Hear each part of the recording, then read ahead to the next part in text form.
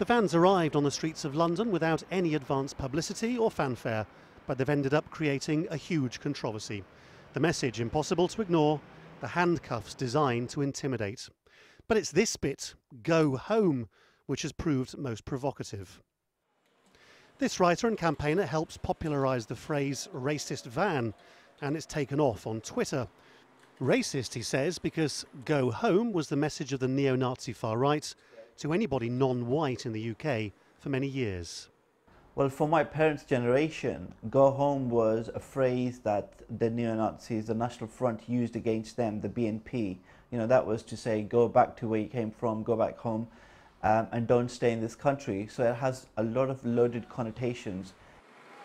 Opinion polls this week have suggested a majority here supportive of the campaign.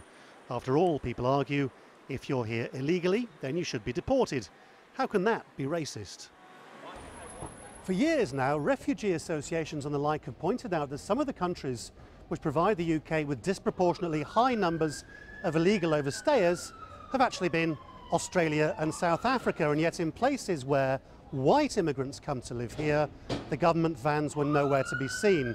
Instead, they were targeted directly at places with very large South Asian or African communities, and that's prompted campaigners to accuse the government of racial profiling. This immigrant advice centre in East London has now launched legal action against the government to stop it extending the programme. The Home Office failed to consult with anybody about this.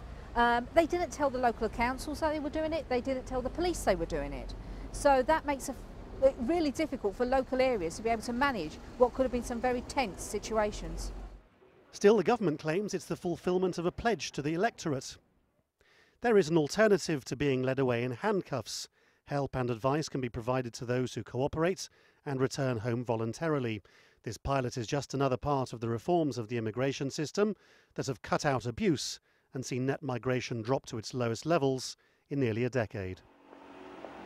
The rise of the anti-immigrant UK Independence Party has put pressure on the government, and going after foreigners may be popular with many voters.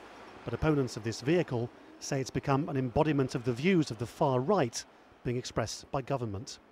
Laurence, Al Jazeera, London.